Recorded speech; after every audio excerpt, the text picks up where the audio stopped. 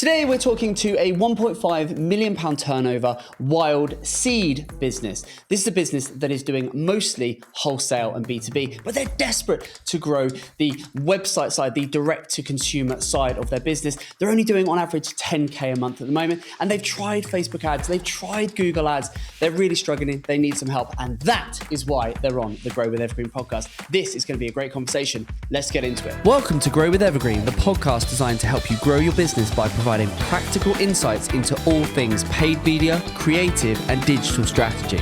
Every episode, we help home, garden, and lifestyle brands with their growth challenges by delving into their business, dissecting what they're doing, and defining a digital growth strategy they can take and deploy into their business. Let's get into it. Right, welcome back, beautiful people. I hope you're all doing well.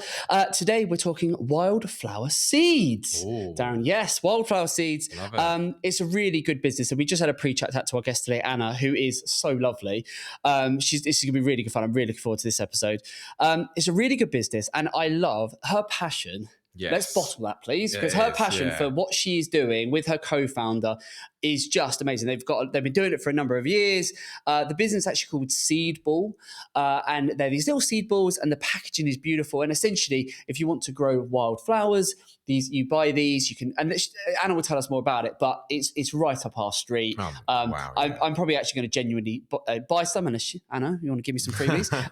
But because as you know, Darren, when I'm not here, I'm in my garden. I'm busy polytunneling, setting up. That's why my hands are all cut to pieces at the moment. But I'm building a polytunnel, so this is a bit of me. I love it. And I was actually only genuinely talking to Harriet, my wife, the other day about turning a part of our garden into a wildflower. We were genuinely saying, right, yeah. So in the one corner, because we've got a place, a sort of patch in the garden, we don't use it, and I've sort of said, wouldn't that be nice? A few bees in there. Yeah, wouldn't it be lovely? So I love this, and I just think the product's great. So you can find their website, seedball.co.uk.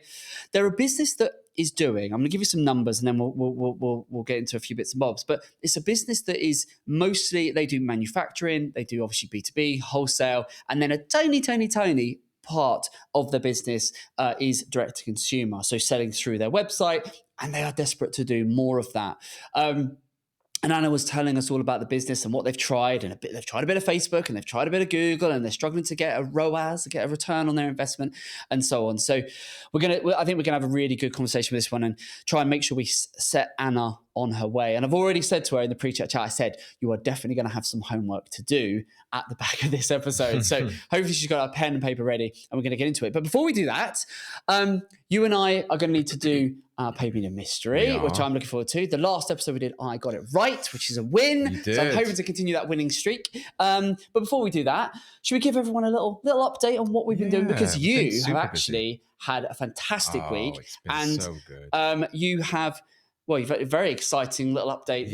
Your team. So for the past couple of months, I've been looking for a new role. You spent most of your time interviewing. Yeah, I've looked over 200 CVs over the last month alone. And for what role? For a senior role in the creative team. Yeah. Now, we were looking for sort of someone to take over a lot of the client ads. Yep. And yeah, so I'm really happy to say that we do have someone. We've got someone who's joining us very shortly. Yeah, in a couple of weeks. And they are going to be our new senior motion designer and videographer. Isn't that a sexy title? But yeah, and this person we're going to bring on, who will all be revealed in due course, but amazing talent, and someone that is going to be able to bring in, as I say, the video stuff that we already do, that you do, we do loads of, but also some of the motion graphics, which is very exciting. I'm really excited by that. And we saw some of their portfolio of work, and we were just really blown away, weren't we? So absolutely, some very, very cool stuff, and I'm very excited to be able to start to, from an ads perspective, we're going to be able to start to weave in, because you already do something, but even more of that motion graphics, that's it, the moving, all of that sort of stuff, the animation, the storytelling.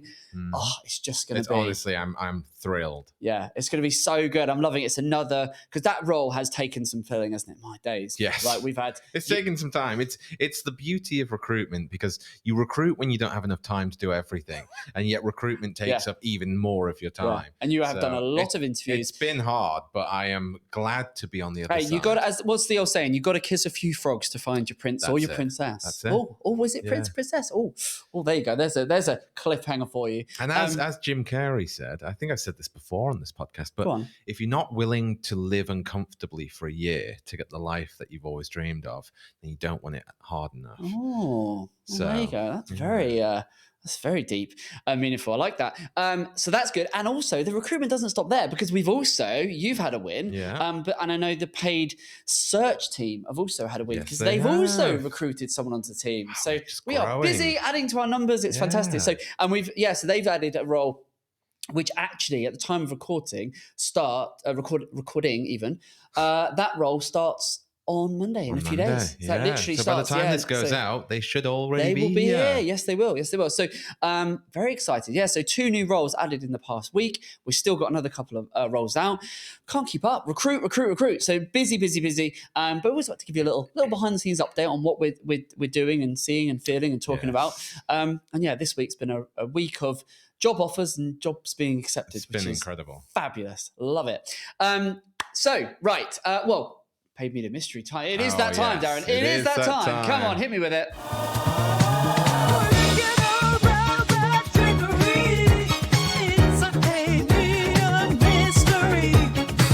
Okay, it's time again for a paid media mystery. Come on. And this week, of course, it's seed themed.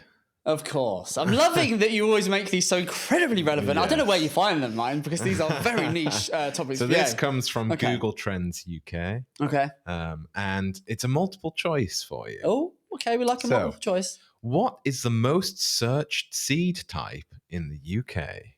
Is it A, sunflower seeds, B, wildflower seeds, C, grass seeds, or D, tomato seeds?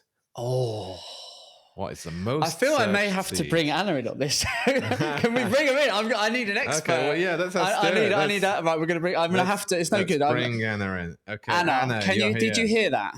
Yeah. Right, I need an expert on this. So say them again. Was it sunflower? So it's A, sunflower seeds, B, wildflower seeds, C, grass seeds, or D, tomato seeds. No pressure, Anna, but if you get this wrong. I'm also going to need a guess from you, Aaron. Okay, let me go first, so I'm not skewed by Anna. Okay, sure. Okay, hold on, let me think.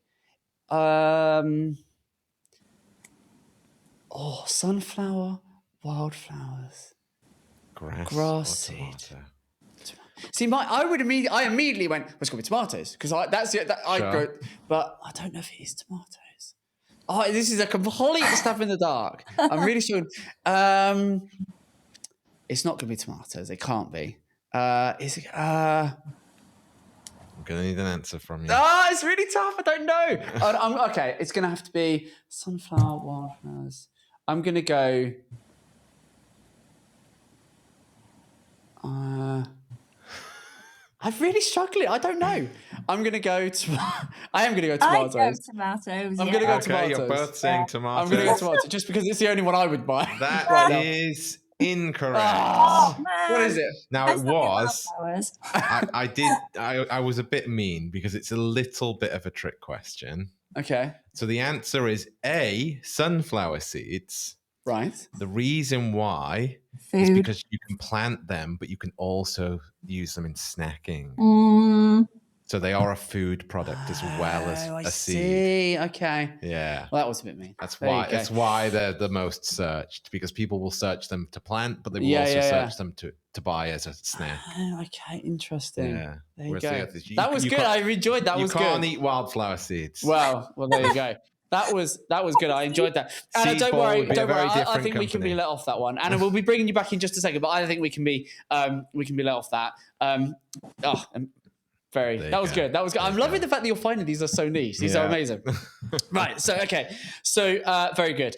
So, yes. So this conversation is, Anna said I think she's still doing some of Facebook ads. She's doing that herself. Yep. She's tried Google, couldn't make it work. And I think this is a business that we need to sort of go kind of back to basics. Do you want to run us through? Yeah. We always ask everyone to share their challenges. Do you want to just give us a synopsis of what she said? Yes. So I Paint think us a picture. a big part of her challenges Yeah. is that she wants to increase sales without losing profitability. And that She seems to be doesn't. consistent across much of what she has sent us. Yep. And she wants to do that through a range of things like better targeting, higher ROAS, Yep. improved customer lifetime value, all that sort of stuff, which, as you say, who doesn't want that? Yeah. That's all stuff that people want. I think there's a real sense of trying to avoid the pitfalls of seasonality in this business throughout what she's said.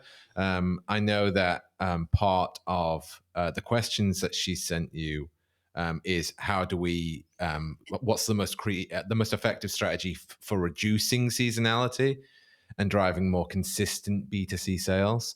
And I think it's an interesting one because, I guess it's quite a seasonal product. Although we did say in the pre-chat, it's the gifting side of it's quite an interesting one, which straight away, if it can be a summer product, but then you've got gifting, that's it. Lovely jubbly, that works a treat. Yeah. So there's definitely ways around that. Yeah. And then again, other challenges includes things like optimizing paid ads, social ads as well. Yeah. And gaining clarity on what the best audiences and creatives for conversion and data-driven improvements. There you go. I think this is a business where she said, on a good month purely from an online, and this conversation is going to be purely focused on the online side of the business. So it's a fair sized business, a 7-figure business when you factor in the B2B, the wholesale. But this conversation, what Anna's most keen to help, and what's our area of expertise, is selling to end users, selling to end consumers via the website. The website is a WooCommerce website. So how do we make more sales on that? And on a good month at the moment, they'll sell up to like 30, 40K in terms of sales in a good month. But on a bad month, on a really quiet month, that will drop by to like 3 or 4K. So it's a real feast and famine, really a 10x kind of swing. And that is, significant. I mean, if you're only making 3 or 4 grand's worth of sales one month and then 30 or 40 the next, like that, how do you forecast that? How do you invest in ads in that? How do you take that forward? That's tricky. So that's what I think we need to get into, and just really put those foundations in place. This is a business, if you're only doing 1 to 200 grand worth of sales, as we know from experience with, when we do work with some really small businesses, it's a case of saying, let's put in those foundations and then on which we can then start to build and get more creative and take things forward. So let's get Anna on and get her perspective on the business, where it is, a bit of history, and then let's get into it, because I've got a whole bunch of things I want to sort of get her thinking about and noting down, and some homework. Great. Anna, are you there? Yeah? I am there. Amazing. Ready to go? Ready for my homework? Well, I'm looking forward to this because we were a lot of fun in the pre-chat. So let's get into it. Can you just paint a picture for our viewers and listeners? Seedball, what is it? How did it start? Just give us a 30-second sort of synopsis, 60-second synopsis of the journey to date. Yeah, so Seedball is an easier way to grow from seed. All you have to do basically is throw them on top of soil, and then you're going to get some wildflowers that will match that area. So we generally started off with a mix where if you flung it and it landed in a shady area, the shade flowers would come up. If it was sunny, the sunny flowers would come up. And basically you didn't need that gardening expertise and you get an abundance of flowers. So that's kind of, in a nutshell, what it is. It's a mixture of clay that protects the seed, compost that gives it a head start, chili powder that stops slugs and snails and ants nicking them. And it's all rolled in a ball, so it's very simple, and it's exactly around 1 centimeter, which is the perfect size that you need for it to be broken down by water, which you can probably tell gives you an idea that I actually was a scientist before all of this. So Em and I both came from a conservation background. We're the co-founders. Sure. And we were doing PhDs in conservation. So at the time, Em was climate change modelling, and I was looking at how we can get people to care about conservation enough to make a difference in the world. And I was advising DEFRA on some of their policies to do with bees and also nature reserves. And so we got sent on a little course, a little business masters by Aberdeen University at the time, along with a couple of others, to learn business skills and do a kind of Dragon's Den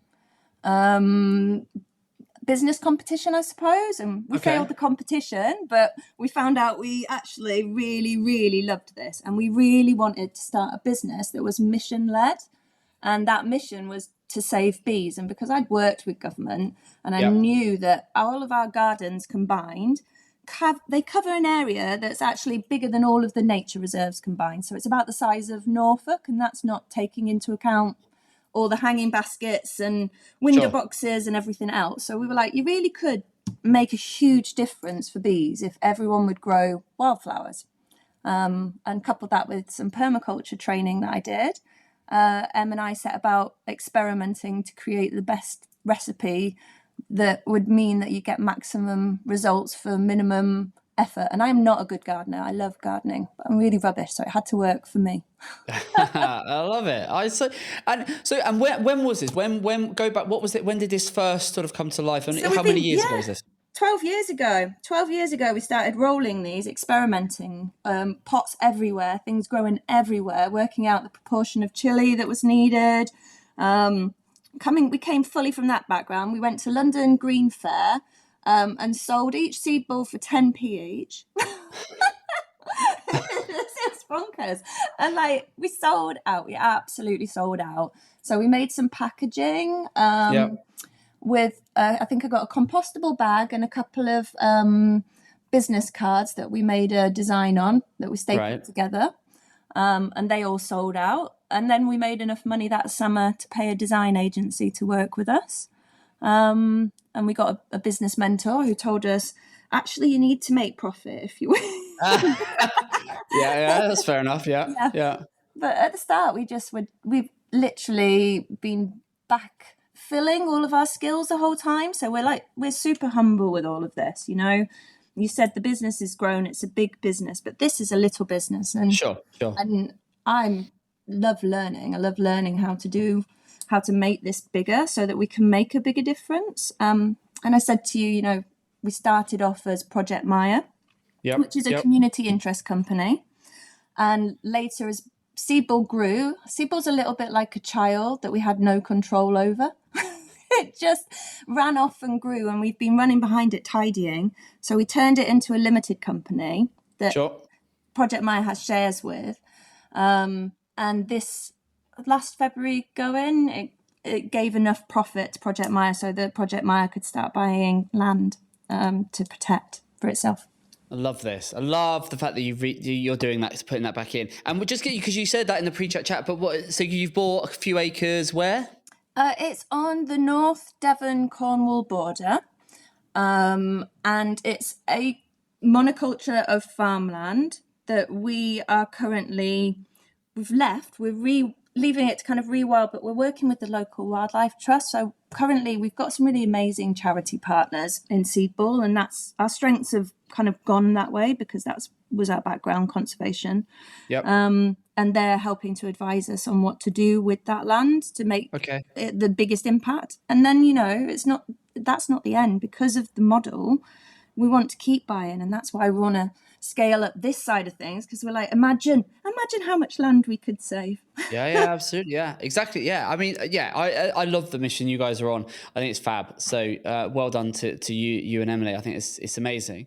But exactly as your business advisor said, whenever that was, this is great and the mission is wonderful, but ultimately you've got to make money to be able to keep it going and to be able to grow it and to be able to take things forward. So, and obviously at the minute, the D2C, so the direct to consumer side of this business is very small. It sounds like it's a little bit feast and famine. And so I want to arm you with some bits and pieces that you can take away and either do research, plan, look into, etc. So can you just give me a little bit of perspective in terms of the marketing right now for the D2C side? What are we doing? Love it. So we have always been pretty strong on socials because that was my background, was kind of working with social media. That's how the whole of Seedball started, basically with me talking on socials and shops approaching us. So that's the approach that we went. So we're largely like Instagram, Facebook, and we've got some YouTube, we've got that kind of side of things, but we do the Facebook advertising, which I actually love like running all of these things, tweaking the creatives. And so I started running that to kind of get an understanding of it. I've turned it off and on because of this seasonality and because the product, we don't have that much margin. You know, when we first came into the business, we were like, let's do this amazing tin for £6. And basically it's going to cost us like £5.50 to make. Right. And Okay. that's how, I mean, we've squeezed them, we've twiddled around with the margins and we've had to almost go back in time, because when we first launched, I think we launched it at like $3.99, which was bonkers now, I think. Yep. Because it's like, was in the tin was like 20 seed balls, and each seed ball's got about 100 seeds in, so the ethics of the business were almost too amazing. Sure. And that meant that we had no wiggle room. So therefore, we have increased our kind of products so that there are things with a greater margin, whilst not losing sight of the fact that everything is made in the UK, everything is sourced in the UK, ethically sourced, sustainable. Even the factory that we get the tins from, we're not all tin now, we're cardboard as well, is in London down the road and has solar panels on its roof. And even to this day, we say, if your tin's empty, send it back to us and we'll refill it. So I've been doing that. So that's the Facebook ads for that. Yep. Which don't work. Google ads I did try, but it blew my mind, and I need to kind of understand it. Okay. Yeah. And then we've got a PR team that are amazing, and that is largely to trade, but quite often, because of the kind of product it is, we do end up in a lot of really lovely magazines and things, so that helps spike us. And we've been in the Guardian gift guide, and amazing gift guides like that have made a huge kind of, it's kind of almost like for me, unpredictable kind of impact. It's been great when it's come. Yeah. So it's not much beyond that. I mean, we've done some platforms. We're on hitched.com for if you want wedding favors and Nice. things like that. But it's all very, everything's grown organically. So what we've done is we've just gone, oh, that works, let's pile more in there. And now we're like, oh, we're big business now. We've been going over 10 years. We're best work it out.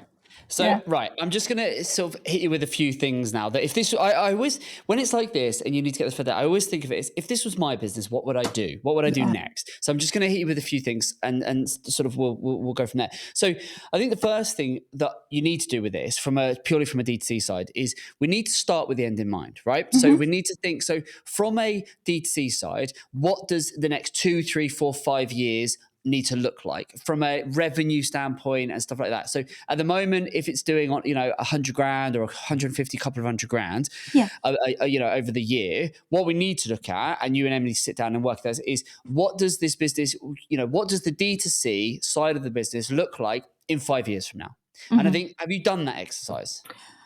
So we've started on that exercise actually. And what we wanted to do is we've kind of thought, right, in a year. So every year it does grow organically itself. Yep. And so we wanted to grow it from what it does, which on an average is, as he said, small. It's about 10K a month average with huge seasonality, to about 40K. So we'd love to 4x it. Okay, so let's look at, so if it was 40K as an average month. Yeah. So as an average month, so if we did that, do you know what would that look like over in terms of revenue for the year, say? If you want me to average, because over a course of a year, that's basically a £500,000 business, give or take. Is that kind of what you had in your mind's eye? Is like, if we can get the D2C side to a £500,000 turnover, that would be great. In what time frame are we looking at? Well, I think in 1 to 2 years that should be achievable. We've done nothing with it, but it's also interesting because other people make this side work. So we're like, oh, well then there must be possibilities on this side, because it's just simply we've let it tick. You need to. Exactly. So that's fine. So if we look at £500,000 is what we want to turn over. Let's just, and it doesn't be exact, but it's just good to get some sort of fundamentals in place. Yeah. This is the process to go through. So I'd sort of go, right, we want to be doing £500,000 in say a couple of years, something like that, right? That should be doable. But what we've got to work out to understand if it is indeed doable, or if we need to look at a longer period, is how much we're going to invest in it. So if we say at the moment, we are currently turning, let's say we're doing, if it's 10K a month, we're doing 120K D2C across the year, right? Yeah. So that's what we're doing now. So if you were to look at that and sort of go in 2 years, we want to do, you're essentially saying you want to almost 4x the business in 2 years. That's quite rapid growth from a 120K start. So you're going to want to say, if that was the case, then in 12 months, a halfway between sort of 120 and 500, let's say, keep the number simple, let's say like 300 turnover. So we'd want to sort of go, if in a year from now we could be doing 300, which would basically be across the year, what's that, like 25 grand a month on average, that feels a good stepping. So you can sort of go, well, we're doing 10 at the minute with very little marketing and no real strategy. If we can go to 25, then we're on a run rate of circa 300 across the year. And then from there, we can take another hop, skip and a jump to get us up to, 500, which would be 40 plus. So 10, 25, 40 in terms of monthly turnover. Yeah. Does that make, in terms of average? Yeah. That feel, so, but it's good.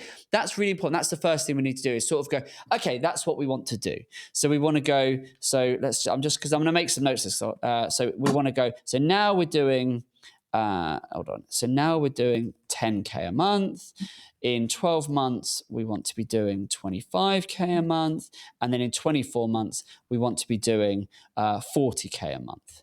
Right, lovely. And you can be, So let's have a look. So if we've got that, then what we've got to understand is where are the sales that we're currently getting coming from. Now, we said in the pre-chat, I asked you what you were using to track your sales and so on, because the website is WooCommerce. You're doing some Facebook ad stuff. Before we go any further, are you enjoying today's episode? If so, you'll love our other show, Tea Talks. They're short, informal chats where the evergreen experts and I share actionable nuggets on all things paid media, creative, and digital strategy that we use daily when growing our clients' businesses. And best of all, much like this podcast, it's completely free. So if that sounds like something you'd be interested in, see the link in the description. Now, let's get back to it. Do you know, but I guess proportionally, do you know what role Facebook is playing? Like, how, if you were to turn Facebook off and do no ads, what impact do you think that would have onto your 10K a month sales right now? So I don't do Facebook ads all the time, which is really interesting for this. Okay. So the peaks are directly linked to when I turn the Facebook ads on, and therefore that makes me think, okay, so if we turn Facebook off totally, it would just tootle along I think about 2.53. So it's going to be so if that's the case, and when you've seen these spikes where you've gone up to 30, 40K revenue, is that because you're just chucking budget behind Facebook? Yeah. Absolutely. So what are you using to make the decisions on when to dial up the Facebook and when to turn it off? How are you deciding that? So what I do at the moment is, we know that it's a seasonal product, so you can see an organic uptick. Okay, so you follow that trend. And what are you using to see the organic? Are you using what tool? How are you seeing that? I'm just on the back end of our website. You just see a natural lift and you think, we're now in gifting season, or we're now in the summer, it's picking up. I'm now going to chuck budget behind it. Yeah, and obviously now I have we have a sales team that's on the trade side, and we have PR team. We have more professional people than me that tell me now is the time to think of this. Fine, okay. It's a little bit like the tail wagging the dog, right? But I'm not gonna lie. Fine, but employ people that know more than you, and you do all right. There you go. Amen to that. So fine, because if it makes Facebook Meta is a very obvious.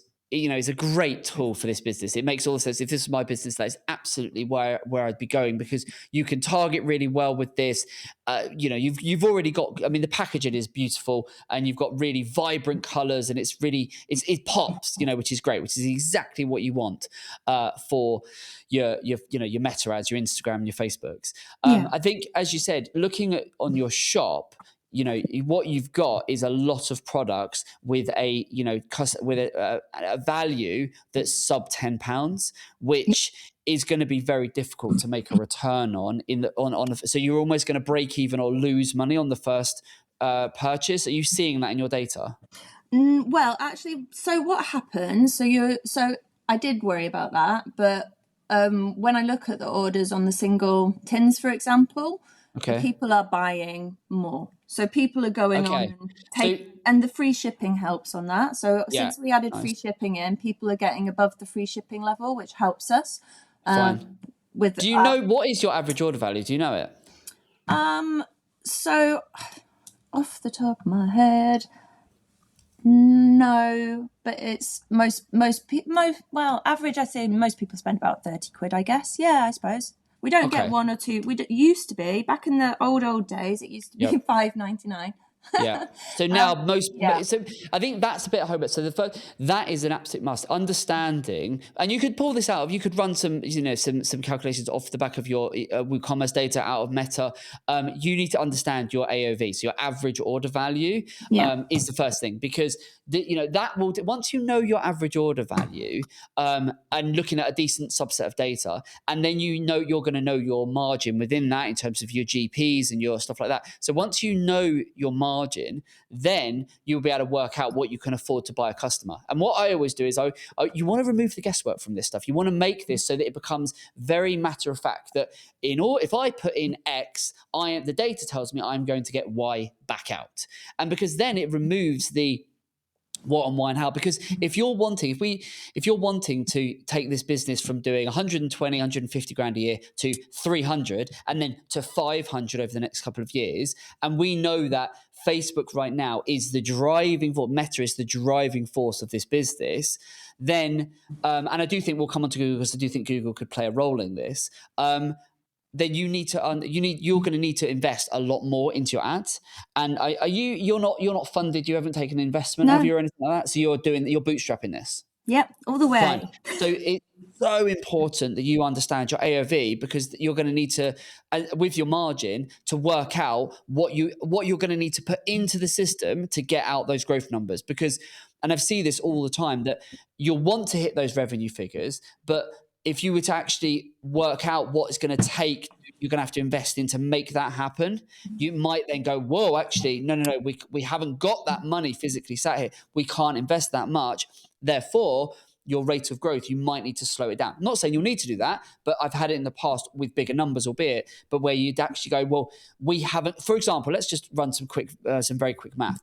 If your AOV was 30, let's say, and let's assume that this business has at least, let's keep the math simple. Let's assume it has a 2/3 reliance on ads, which would not be uncommon for small businesses sub $1 million to have a 60-70% reliance on paid ads, which if you were to run your numbers, I would assume you guys are probably at least that, in terms of, you're going to be getting some organic, you're going to be getting some repeat, but let's assume 2/3. So right now, what we need to think about is going forward in the next year. If we want to do 300 worth of 300 worth of total revenue, then 200 of that 300 is going to come from paid ads.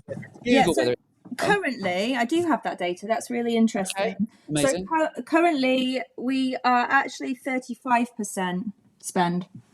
35% is what we're spending to get those sales in. What do you mean? I don't follow. Sorry. So 35% of what? So if we get 120k in, we're spending about 35% of that 120 to bring the money in. So about 41k to bring that in. So you're spending about, okay. Make sense? Yeah. Right. Hold on. Let me just work that out. So you're spending 40k spent. Okay. Is that on ads? Yeah. I mean, it includes PR team actually, which they're technically doing the other side as well, but I mean, okay, fine, but that's really interesting. So okay, so you spent, so your marketing part, is this last business year? When is this? Last year. Okay, so last year you spent 40k on marketing, and that drove 120k in sales. Yeah. So you your total in, you 3x'd your return. Yeah, because you're 40 in, 120 out. Fine. So okay, I don't know what your GPs are, but that's not going to give you a huge amount of room on that first purchase. But so, okay, hold on. So what's a GP? Gross profit. So 40k spent on ads. 40k spent. So do you know how much of that 40k was spent on ads? So of that 40k, I would say about 25, 30 on I don't know. Yeah, no, I don't know unless I pull up all my data. No, fine. So because what you're going to want to do is work out. And again, this is where. So one of the things you're going to want to set up is Google Analytics 4 or another tool that can measure your traffic, because you're only going to get so much data out of WooCommerce. That's not really going to tell you enough.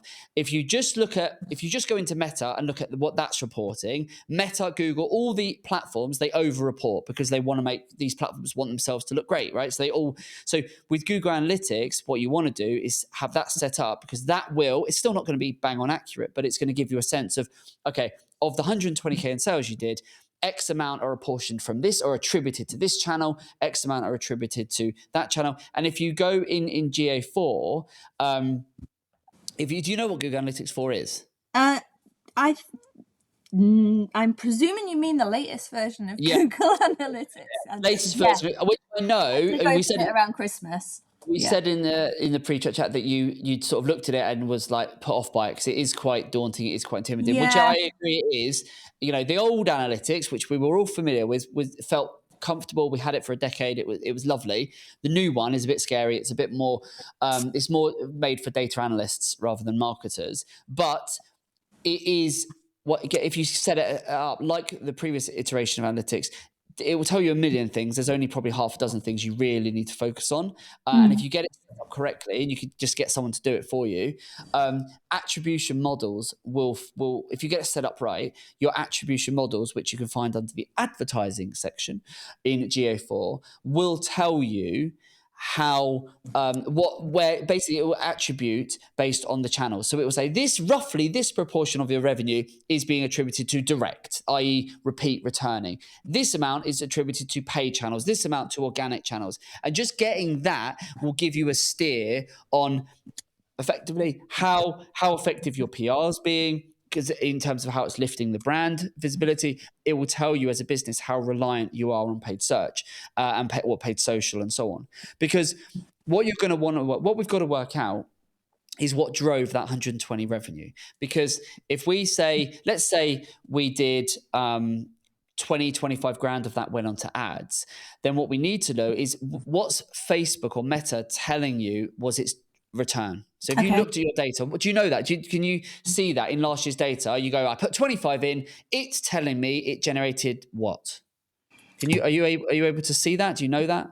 No, not off the top of my head, but I probably could find myself there now after. This is all very useful, thank you. But that's because what you'll probably find is in Meta is you'll probably see that it will say, if you looked at that date range, your last business year or all of last year, whatever you want to do, and you want to look and you want to go, what did I put into Meta? Oh, I put in 20 grand, I put in 25 grand into Meta ads. Yeah. Then you want to look at the revenue it generated, assuming you've got conversion tracking set up. And it will probably tell you that most of that 120 was attributed to Meta, so that is Meta saying, well, we're really important. You're super important, and your business is entirely run thanks to Meta. But that's not the case, because you're doing PR and you're going to be having repeat and returning. So you want to kind of take it with a pinch of salt. But for example, what we always say is if Meta's reporting a 5-6 times return, the reality of it is probably somewhere in the region of 3 to 4, because Meta will report by default on a 7-day click and a 1-day view, which basically means if anyone buys a product within 7 days of clicking an ad, Meta's going to take some of the credit. Go, thank you very much. Yes, we'll take some of that credit because they clicked an ad on Meta. Nothing wrong with that. But what Meta will also do out of the box is report on a 1-day view for a conversion, which means someone didn't even need to click on your ad, but your ad needed to just be seen somewhere in their feed, and Meta will take some of the credit. And the problem with that is they haven't even engaged with your ad. They might not have even seen it. It might be lower down their feed. But if you've got retargeting set up well, it means Meta will take the credit, quote unquote, for almost every sale you make, which in turn will inflate the perception of the value from Meta. That's really interesting. Right? Yeah. So you need to look at it. What did I put in? What's it telling me I got out? It's probably not going to be as high as that. I'll reduce it down. You then need to look at your other channels, because you can kind of go, is the PR working? What else are we getting? Because fundamentally, you're going to need to know if this business does have a 50, 60, 70% reliance on ads, which is what I would imagine it would have, Mm. then if we want to increase the revenue from 120 up to say 300, then if going on the 2/3 analogy, just keep the math simple, 300 turnover target, 200 of that has got to be coming from paid search or paid ads, sorry. So if we want to do 200, what we've got to look at is look at Meta in terms of roughly what sort of return are we getting. And let's say that you're getting a 4 times return.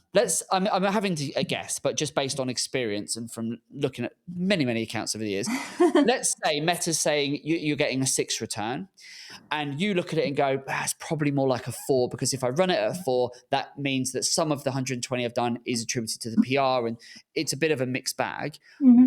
A 4 times return means at the moment you would need to put 50 grand into ads to drive 200 to meet your 300 target. Yeah, makes sense. So I mean, so that's how you can work the math to then get set. And it might be then you look at it and go, well, we're not going to be in a position to spend 50 grand on ads this year, in which case you might need to then fundamentally relook at it. Or you also look at it and go, well, at 4 ROAS, factoring in our margin, our GPs and our AOV, we can't make a 4 work. Therefore, we need to push it to a 4.5 or a 5.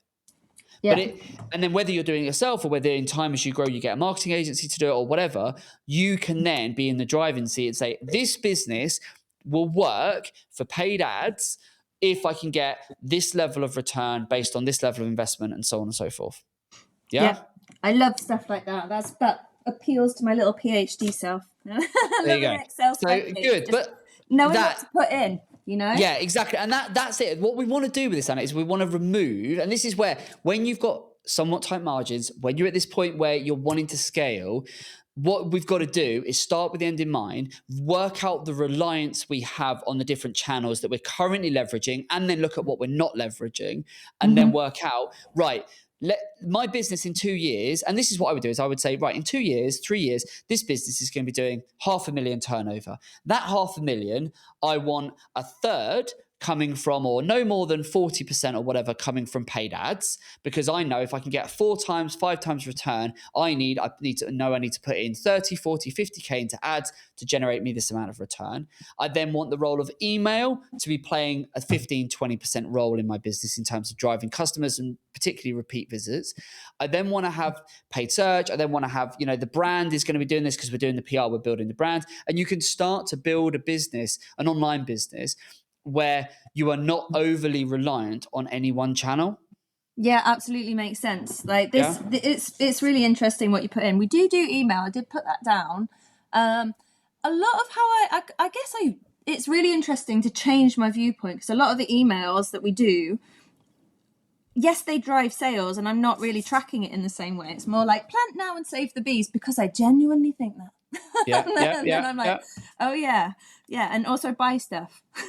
Yeah, exactly. And so with email. So I don't know if you've ever heard it. So I've talk about my BEAR acronym. That's something I came up with fairly recently. Yeah, and it's basically, there are 4 pillars to BEAR, and it's an acronym that stands for brand, email, ads, and referrer.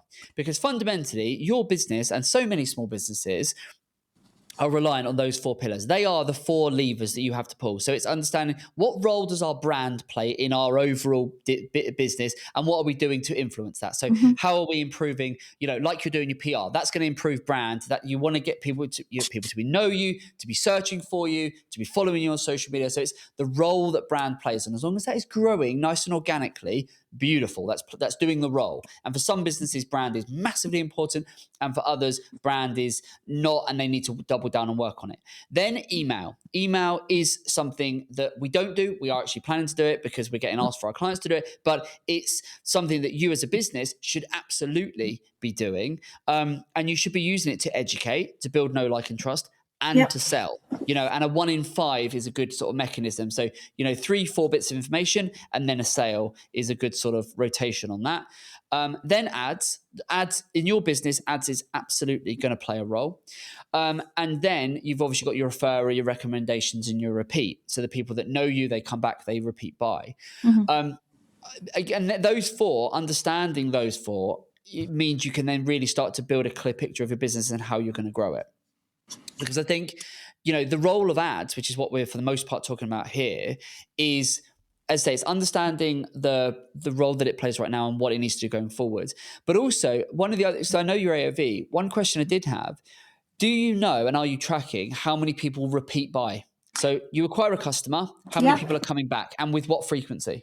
No, we're not. We were talking about that the other day. The other day, we're like, how we were literally working out. Well, how on earth are we going to track? Because I know, like on Facebook, I will say, all right, so warm target, go to somebody that's come before. On socials, when I'm on socials, I know people are like, oh yeah, I bought them last year. I've given them to friends this year. Even this weekend, I was at an event and somebody's like, oh yeah, give them to everybody. Love it. So it's very much not data driven how we know whether people are coming back. So what you could do, could you not go into WooCommerce, pull off all of your customers for the last couple of years and see who's purchased more than once? Yeah, literally that was the conclusion of my conversation with Em the other day. Was absolutely do that. So do that because, and what you need to do is you need to look at what proportion of your customers repeat. And you need to break it down. So you need to go, what proportion of our customers repeat within 90 days?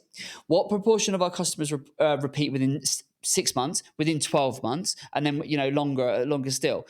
Understanding that and then overlaying on it the value of those purchases is going to be so important for you, because if we know we've got an average order value of £30, great. That's you can make that work, right? There's not much margin in it, but you're going to be able to, you should be able to make that work just about.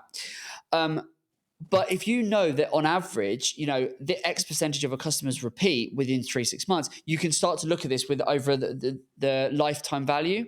Yes. And that can fundamentally shift the dial here, because you could look at it and say, well, actually, on average, our customers buy from us 2.4 times, which means the average order value is actually 50, 60, 70 pounds on average over a 6-month period. Okay, now our CPA, I can spend more because the CPA, the cost per acquisition, the CAC, essentially the cost per customer is actually can actually go up, because the value of my customer is not just worth 30, but actually it's worth 60 or 70 or 80 pounds.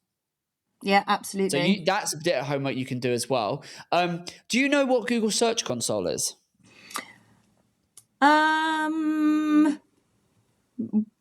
Maybe. So Google Search Console is you need that. The first thing you do when we finish this podcast is you need to Google it and then get that set up. So Google Analytics is going to tell you your traffic and the data attribution and so on. Google Search Console is going to show you how people are searching for your product. And no, I don't know that. That sounds really cool. Oh my days. Absolutely key. You need that, because that will be so powerful for you, because it will tell you how people are searching, and it will also give you insights into how visible your brand is and how that's going. It will tell you which of your products people search for and how they search for it. It will tell you how they find you. That for you, Anna, will be a treasure trove. So please, please, please go and just Google Search Console. When you get the results, it's the second link on the search results page. Click the second link, and that will take you in, and then it will ask you to you might even have it set up. Sometimes people have it set up and don't even realize to do, but that will verify you need to verify your website. It's a couple of steps. If you get stuck, send me an email and I will jump on a call and I will walk you through how to set it up, because it will be so powerful for you to be able to see how people are searching. And then you can use that data. This leads me on to then thinking about Google Ads, because for you, if your lifetime value is 40, 50, 60 pounds higher, then Google Ads could work. But what I would suggest, if this was my business, I would look at Google Ads, but only for the groups of products. So not the individuals, but the packages. You've got like the create your own meadow mix with that's like 30, 40, 45 pounds. You've also got the sets of 5, stuff like the higher value products where in the 20s and the 30s and the 40s. I would have those in the shopping feed. But what you're going to want to do is you're going to want to target them very, very specifically based on how people search. So you get Search Console set up, you get the learnings from that in terms of these are the nuanced ways, so that you don't go pound for you. I mean, you could probably run a brand campaign as well, but what you want to do is find the niche within a niche. Yep. That makes sense. So you can use that data. You can then optimize those products, optimize the shopping feed, and then I would be running Google Ads in a very, very targeted way for a set number of products. So you're not going the full hog. Don't go putting your £5-6 products on there, because I think you'll struggle to make a return. But your 25 upwards, I would be experimenting with that. I'd run it for probably a 3-month period over the summer and allocate a budget. We're going to put $5,000 into Google Ads, 10 grand, and we're going to see, we need to get out a 3x, a 4x, a 5x, whatever it looks like. That makes loads of sense. That's amazing. Yeah? Thank you. Yeah. I would definitely do that. One or two other things. Have you ever thought about, these just things that I'm just thinking, have you ever thought about turning this into a subscription? Do you know what? Yeah. So I think it was in autumn, Em and I were talking about this and launched a subscription box, which we need to go back and kind of look and see how well that's gone. But yeah, again, I haven't sort of worked out how to market it, I suppose, or what to say. We just sort of at Christmas went, why not buy one of these? Yeah, I mean, because the beauty of a subscription, and I think this could work so well for this, because you've got so many different products, right? That you could send almost a different product every month, or easily, this is just perfect for a subscription. And the beautiful thing about subscription is you get that recurring income. Your lifetime value is going to just go up massively, because you're going to catch someone will stay with you for 6 months, 8 months, 12 months, whatever. You've got so many different products, and it's a great way for you to build the relationship with the customer, because you've got a monthly touch point. I would be including like a little, like almost a little postcard with little tips and tricks and what they should be doing at this time of the year, and what they could be doing here, and what they should be doing there, and all of your insights and your expertise on a card that you personally, that you're signing off. They're getting to know you. You could then point them towards your YouTube and your videos, and here, learn more from us here. And then next, you could give a preview of next month. We're going to be sending you X and Y. And in terms of marketing it, everything we've discussed, YouTube, Meta ads, Google ads, all of that, you market in exactly the same way, because effectively all we're doing is, rather than marketing an individual product, you're marketing a subscription, and then just put it front and center on your website. That is an absolute no-brainer for you. Well, yeah, it's lovely for me because I love that. It fits into that, where I'm like, I want to tell people what to do each time. Yeah, you want to educate them. But that's what I mean. But you could do that, right? I mean, you've got all these lovely visuals on your website with step 1, step 2, step 3. Yeah. You could guide through that, and you could educate them, and then you could make it very much like, this is what to be doing in March and April and May, and each month you could educate them and bring that customer on the journey with you and guide them through it. Yeah, no, I love it. I mean, it appeals to my mission-led thing of guiding everybody to save the world. I love this. So, subscription is. So I'm just going to recap. Because there's a few things there, but hopefully this is giving you some food for thought. But this is amazing. Thank you. You enjoyed it? Yeah. Has it been useful? Thank you. Well, look, so you need to set, and if you struggle with any of these, just give me a shout. Just ping me an email, and I'll jump on and I'll help you do it. But Google Analytics, get that set up, and then just get it set up, and then give me a shout, and I will walk you through how to identify the key bits, because there's like 3 or 4 things you need to know. The rest, don't worry about. But there's 3 or 4 things you just need to know, and it will mean you can better understand your business. Google Search Console is. Do that as soon as we come off this call, because I promise you, do it, and then email me and tell me how useful it is once the data accrues, because I swear you will love it. I know I'll love it. I love and data. Then, the subscriptions I would definitely look at, and then pull off all your data from WooCommerce and look at that. How many people return? What do they spend? Over what time frame? Because then you could start to get a sense of what you can invest in marketing. And then with the end in mind, if you and Em sit down and go, right, in 2 years, we want this business to be doing 500,000, you can just work that backwards and then figure out exactly how you're going to get there. Yeah, this is so, so exciting. And then I can buy more nature reserves. There you go. Well, that's it, right? How beautiful is that? That's amazing. That is absolutely amazing. So, look, hopefully it's been useful. I said actually before we brought Anna on that I was going to ask you if you found this useful, you need to send me a couple of food. So did you hear what I said at the beginning? I'm considering doing my own little wildflower thing. I love it. Yeah. You can get me started. There you go. Yeah, I'll definitely get you started. And then I've got also, if anyone's listening and they know a charity or school or who wants wildflowers, we've got loads of oddballs that are misshapes and that people can apply for us, and you just pay postage. Love that. Well, look, I will have some of the odd ones because Yay. I fine, and I'll send me a thing of how I can pay the postage. I'd love to have some of those. That'd be amazing. Amazing. You can have the oddballs. There you go. Why not? And I tell you, I've actually one thing I will do if you there's a couple of our clients actually which are very very similar space to this that I just think would be really good industry connections for you. Love it. Just people that are in this different products, but there's a few that I'm thinking of that are so relevant to this that I'm just thinking they're just good people for you to just know anyway. In terms of you're in the same space. So what I'm going to do, I've made a note to intro you to a couple of our clients just to have a chat to them. They're just good people. They're really lovely people. And they're people that they share your passion for nature and gardening and planting and stuff like that. I just think these are people you should know. Yeah, so I'm going to do a couple of intros, yeah? Yeah, amazing. Thanks so Anna, much. you've been the best. I've loved having you on. So thank you so much. It's Oh, been good fun. thanks. I love the mission you're on. Keep in touch and thank you so much for being on. I really appreciate it. Thank you so much for my page of notes and giving me the time. I love it. Thanks. Good stuff. Anna, all the best. Look after yourself. Take care.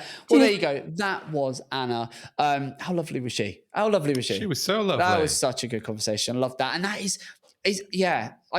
We have, we've had a few sort of really small businesses where they're just getting started, and I really sort of want to almost take them under my arm and sort of go, this is what you need to do. This is what you need to do. Let's get those ducks in a row. And as I said at the top, let's get those foundations in place. You know, get those the analytics, the search console, understand the data, think with the end in mind, reverse engineer it, like those staples, those basics, get those in place, and then everything just becomes that much simpler and that much more, you get that much more clarity around, okay, we need to do this, we need to do this, we need to do this. And you remove a lot of the guesswork. The amount of businesses we've been able to, on the pod, and then obviously people we work with, to remove that, oh, this is scary. This is the unknown. I don't know what we should be doing or how we should be doing it. And actually just take a methodical approach to it, work through it. You remove a lot of the guesswork. You work in 90-day cycles. You sort of set a target, right, we're going to hit that, do it, move on, move on, move on. Marketing does not have to be big and scary and overwhelming. It's just slow and steady. One Wins step the at race. a time. There you go. There you go. Look, I've loved it. Absolutely amazing business. Do check these guys out and go and support them because, as you've heard firsthand there from Anna, they're on a mission. They want to buy more nature reserves to be able to rewild them and help the bees. And who doesn't want to help the bees? So seedball.co.uk, amazing business. We wish her well. And I thank you for joining us on the Grow with Evergreen podcast. If you haven't already, make sure you do subscribe. We'd love to bring you on our journey with Grow with Evergreen, with Tea Talks, with Evergreen Uncut, and everything else that we're doing. And yeah, it's all full steam ahead here. Darren and I are off. Thank you so much. We'll speak soon. Take care. Hello, beautiful people. I hope you enjoyed today's Grow with Evergreen podcast. I want to ask you if you would like to be my next guest. We're looking for more home, garden, and lifestyle brands to join us. So if you're using paid media such as Google Ads and Meta Ads, if you're willing to be honest and open, and if you're wanting to grow online, then I think you'll find our podcast incredibly helpful for your business. You can apply directly via our website. Simply click on the navigation in the top right-hand side of the website and select podcast. Fill in the application and one of my team will get back to you. Best of all, it's completely free to join us on the Grow with Evergreen podcast. I look forward to helping you grow your business very soon.